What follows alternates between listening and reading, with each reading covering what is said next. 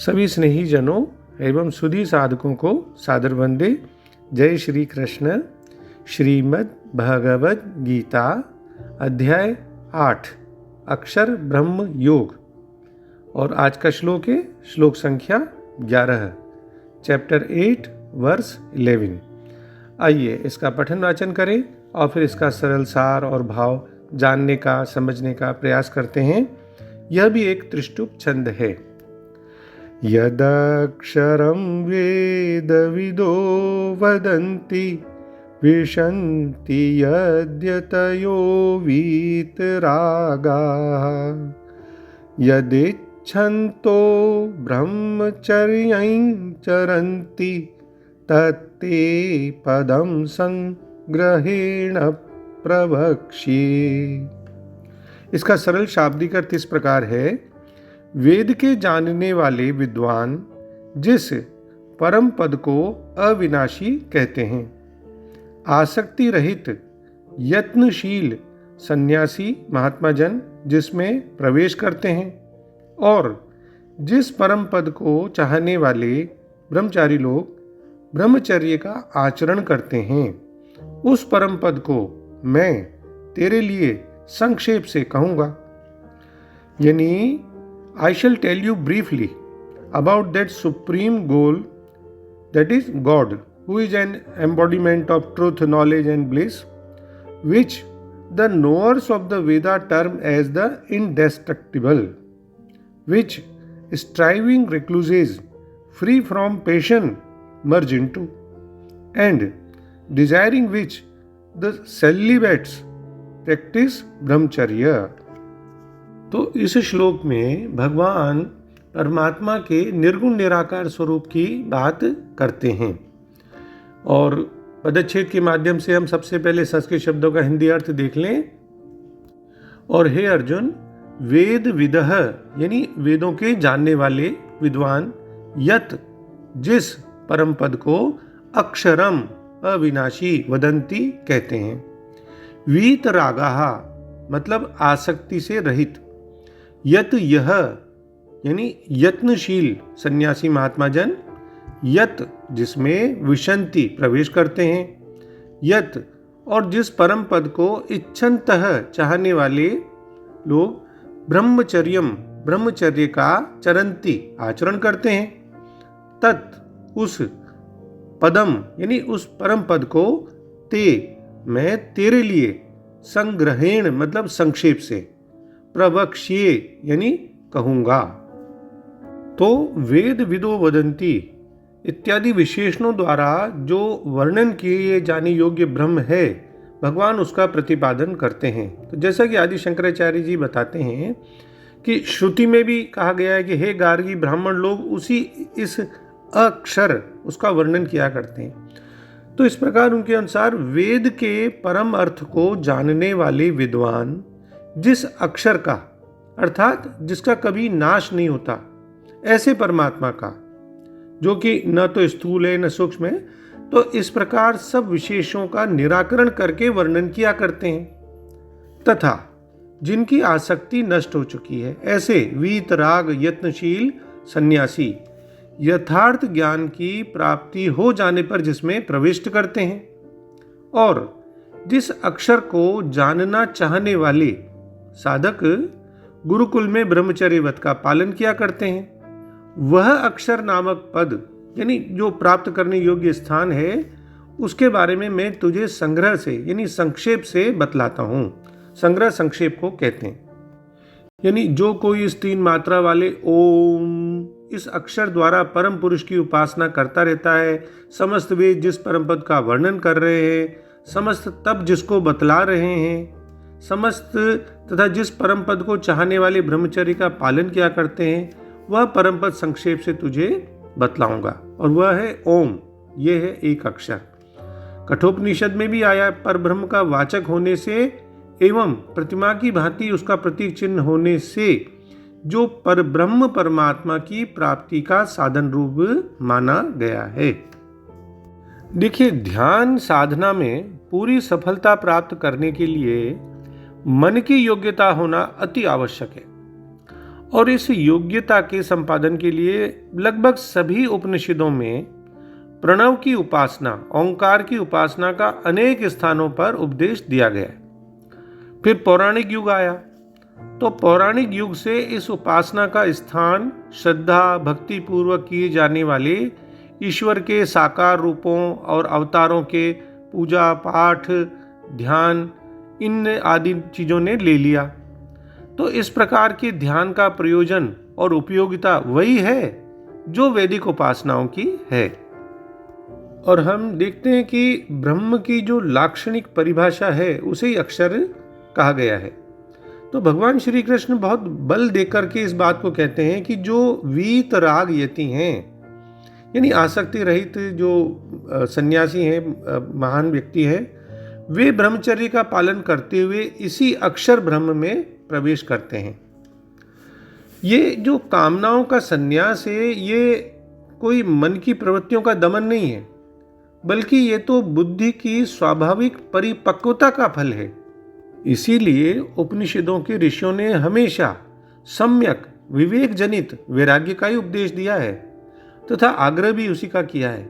इसलिए वीत रागा शब्द से उन साधकों को समझना चाहिए जो विषयों की तुच्छता, कि ये तो सारे जो मटेरियलिस्टिक वर्ल्ड में जितने भी सेंस ऑब्जेक्ट्स हैं, ये सब तुच्छ हैं, बेकार हैं। तो इन विषयों की तुच्छता और जीवन के परम लक्ष्य की श्रेष्ठता, इसको समझते हैं और फिर समझ करके इन सब विषयों की आसक्ति से पूरी तरह सर्वथा मुक्त हो गए हैं। इसीलिए हम देखते हैं कि ज्ञान मार्ग में उन पुरुषों को सफलता का अधिक अवसर है जिनमें कामनाओं की संख्या न्यूनतम है। तो दूसरे सरल शब्दों में अगर इस श्लोक का भाव देखें तो जो वेदों के ज्ञाता हैं, जो ओंकार का उच्चारण करते हैं, जो संन्यास आश्रम के बड़े बड़े मुनि हैं, वे ब्रह्म में प्रवेश करते हैं। और ऐसी सिद्धि की इच्छा करने वाले ब्रह्मचर्य व्रत का अभ्यास करते हैं। अब मैं तुम्हें वह विधि बतलाऊंगा जिससे कोई भी व्यक्ति मुक्ति लाभ कर सकता है। यहां हम देखते हैं कि निर्विशेषवादियों के लिए, यानी जो निर्गुण निराकार की उपासना करते हैं, उनके लिए अक्षर या ओंकार ब्रह्म है। और ये हम जानते हैं कि ज्ञान की वैदिक पद्धति में छात्रों को प्रारंभ से ही गुरु के पास रहने से और फिर ब्रह्मचर्य व्रत का पालन करते हुए ओंकार का उच्चारण तथा परम निर्विशेष ब्रह्म की शिक्षा दी जाती रही है। स्वामी रामसुखदास जी महाराज स्पष्ट लिखते हैं कि 7वें अध्याय के 29वें श्लोक में जो निर्गुण निराकार परमात्मा का वर्णन हुआ था, उसी को यहाँ 11वें, 12वें और 13वें श्लोक में विस्तार से कहा गया है। हम देखते हैं कि यदक्षरम वेद विदो वदंती, यानी वेदों को जानने वाले पुरुष जिसको अक्षर कहते हैं, जो कि निर्गुण निराकार है, जिसका कभी नाश नहीं होता, जो सदा सर्वदा एक रूप रहता है, एक रस रहता है, और जिसको इसी अध्याय के 3रे श्लोक में अक्षरम ब्रह्म परमम ये कहा गया है, उसी निर्गुण निराकार तत्व का यहाँ अक्षर नाम से वर्णन हुआ है। फिर भगवान आगे कहते हैं विशंति यद्यतयो वीतरागः, यानी जिसके अंतःकरण में राग का पूरी तरह अभाव हो गया है, आसक्ति खत्म हो गई है, यानी पूरी तरह, यानी जिनका अंतःकरण महान निर्मल पूरी तरह शुद्ध हो चुका है और जिनके हृदय में सर्वोपरि उस अद्वितीय परम तत्व को पाने की उत्कट लगन लगी हुई है, इच्छा पैदा हो चुकी है, ऐसे जिज्ञासु हैं वो, ऐसे प्रयत्नशील यति महापुरुष उस तत्व में प्रवेश करते हैं, यानी उसको प्राप्त करते हैं। यदिच्छन्तो ब्रह्मचर्यम चरन्ति, आगे भगवान कहते हैं कि जिनका उद्देश्य, यानी कुछ साधकों के बारे में वो कह रहे हैं कि जिनका उद्देश्य केवल परमात्म तत्व की प्राप्ति का है, परमात्म प्राप्ति के सिवाय उनका कोई ध्येय नहीं है, लक्ष्य नहीं है, और जो उसी परमात्म प्राप्ति की इच्छा रखकर ब्रह्मचर्य का पालन करते हैं, संपूर्ण इंद्रियों का संयम करते हैं, यानी किसी भी विषय का भोग बुद्धि से सेवन नहीं करते, तत्ते पदम संग्रहेण प्रवक्ष्ये।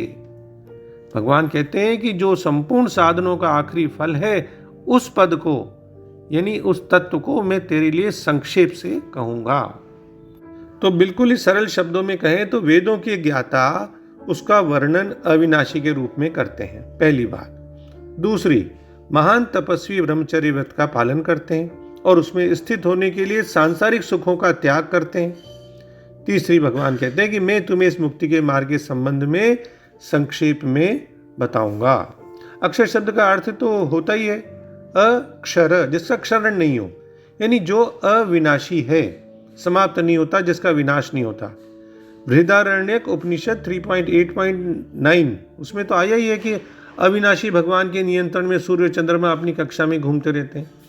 तो इस श्लोक में भगवान श्री कृष्ण ने परमात्मा के निराकार रूप को प्राप्त करने के लिए योग मिश्रित भक्ति का वर्णन किया है। और संग्रह शब्द का अर्थ हम जानते हैं, संक्षेप। देखिए, इस पथ का वर्णन उन्होंने विस्तार से करने की आवश्यकता क्यों नहीं महसूस करी, और ये क्यों कहा कि मैं संक्षेप में करता हूं? शायद इसलिए कि यह मार्ग सबके लिए उपयुक्त नहीं है, बहुत प्रैक्टिकल या व्यवहारिक नहीं होगा। इस पथ का पालन करने के लिए मनुष्य को बहुत कठोर तपस्या करनी पड़ती है, सांसारिक कामनाओं का त्याग करना पड़ता है, कठिन और आत्मसंयमित जीवन निर्वाह करना पड़ता है, ब्रह्मचर्य के व्रत का पालन करना पड़ता है, जिसके द्वारा मनुष्य की जो शारीरिक ऊर्जा है ना, वो संरक्षित हो जाती है, सेव हो जाती है, और फिर वो साधना के माध्यम से आध्यात्मिक ऊर्जा में, आध्यात्मिक शक्ति में परिवर्तित हो जाती है। और एक कारण संक्षेप में कहने का यह भी हो सकता है कि परमेश्वर का तो कोई अंत नहीं है। भगवान ने तो कहा है ना कि उनकी विभूतियों का कोई अंत नहीं है, कोई भी शब्द उसका पूर्ण वर्णन कर ही नहीं सकता। इसीलिए भगवान वेदों का सार और परमेश्वर की पूजा को बिल्कुल सरल एकल अक्षर ओम प्रणव के रूप में देते हैं। और वेदों में कहा गया है कि केवल ब्रह्म ही शाश्वत है। कोई भी जब बच्चा अपनी शिक्षा शुरू करता है हिंदू धर्म में, तो उसकी शुरुआत पवित्र शब्द ओम से ही होती है, जो ब्रह्म का प्रतीक है। उस ब्रह्म अवस्था में कौन प्रवेश कर सकता है, उसका भी उत्तर यहाँ दिया गया है। केवल वे ही जो आसक्ति और इच्छा से मुक्त हैं, राग द्वेष से परे हो चुके हैं, ब्रह्म अवस्था में प्रवेश कर सकते हैं। यानी सिद्धि की कुंजी साधक के हाथों में ही है, और वह है मन की पवित्रता। मन को सभी अशुद्ध प्रवृत्तियों से शुद्ध कर लें यदि, तो फिर आप ब्रह्म अवस्था के अनुभव में चले जाएंगे। ब्रह्मचर्य की बात भी यहाँ आई है, क्योंकि ब्रह्मचर्य सभी आध्यात्मिक विकास की एक आधारशिला है। और उस ब्रह्म विद्या के महत्व को दर्शाते हुए ही भगवान प्रवक्ष्ये कहूँगा, ये शब्द का प्रयोग करते हुए बात करते हैं। कठोपनिषद 2.15 में भी ये बात आई है कि जिस शब्द का सब वेद जाप करते हैं, सब तप जिसकी घोषणा करते हैं, जिसकी कामना करते हुए धार्मिक जिज्ञासा वाले व्यक्ति जीवन बिताते हैं, वह शब्द मैं संक्षेप में तुझे बताए देता हूं। तो अंत में हम डॉक्टर राधा कृष्णन जी के सरल शब्दों में इस पूरे श्लोक का भाव देख लें। भगवान कहते हैं कि मैं संक्षेप में तेरे सामने उस दशा का वर्णन करता हूं जिसे वेद को जानने वाले अक्षर कहते हैं, वीतराग मुनि लोग जिसमें प्रवेश करते हैं, और जिसकी कामना से वे ब्रह्मचर्य का जीवन बिताते हैं। जय श्री कृष्ण। ओम श्री कृष्णार्पणमस्तु। डॉक्टर BK शर्मा के प्रणाम, और किसी भी भूल अथवा त्रुटि के लिए क्षमा। सर्वे भवन्तु सुखिनः, सर्वे सन्तु निरामया।